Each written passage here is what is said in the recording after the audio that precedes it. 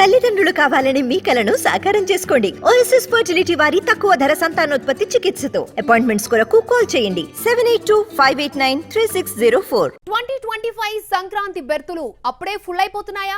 టాలీవుడ్ హీరోలతో పోటీ పడేందుకు పొరుగు హీరోలు సై అంటున్నారా?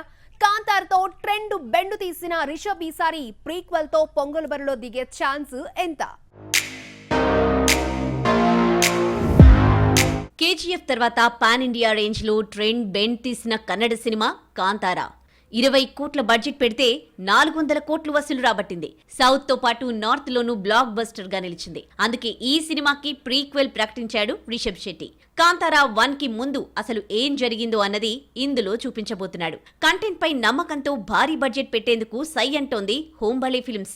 ఇప్పటి వరకు ప్రీ ప్రొడక్షన్ వర్క్ కే ఎక్కువ టైం కేటాయించిన రిషబ్ శెట్టి సమ్మర్ లో షూటింగ్ మొదలు పెట్టేందుకు రెడీ అవుతున్నాడు. నిజానికి కాంతారా 2ని 2024 సమ్మర్ లో రిలీజ్ చేయాలని భావించారు మేకర్స్.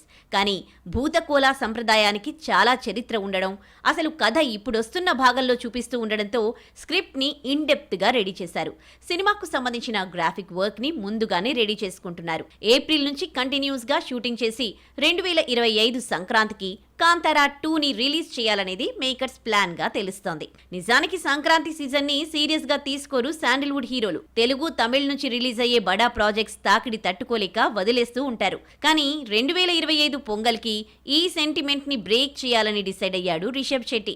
జనవరి 2nd వీక్ లో కాంతారా ప్రీక్వెల్ ని ఎట్టి పరిస్థితుల్లో విడుదల చేయాలని చూస్తున్నాడు. అయితే ఇప్పటిదాకా ఆ సీజన్ ని అఫీషియల్ గా లాక్ చేసుకున్నది చిరంజీవి, విశ్వంభర మాత్రమే. వెంకటేష్, నాగార్జున, ప్రభాస్ సినిమాలు ఆ టైంకొచ్చే ఛాన్స్ పుష్కలంగా ఉన్నాయి. వీటి మధ్య కాంతారా 2 నెగ్గుకు రావడం అంత సులభం కాదు. కానీ ఈ ప్రాజెక్టుకి ఆడియన్స్ లో ఉన్న కల్ట్ ఫాలోయింగ్ భారీ ఫైట్ ని తట్టుకుంటుందని రిషబ్ శెట్టి నమ్ముతున్నాడు. అందుకే ఊహించలేని సరికొత్త ప్రపంచాన్ని 2025 సంక్రాంతికి చూపిస్తానని చెబుతున్నాడు.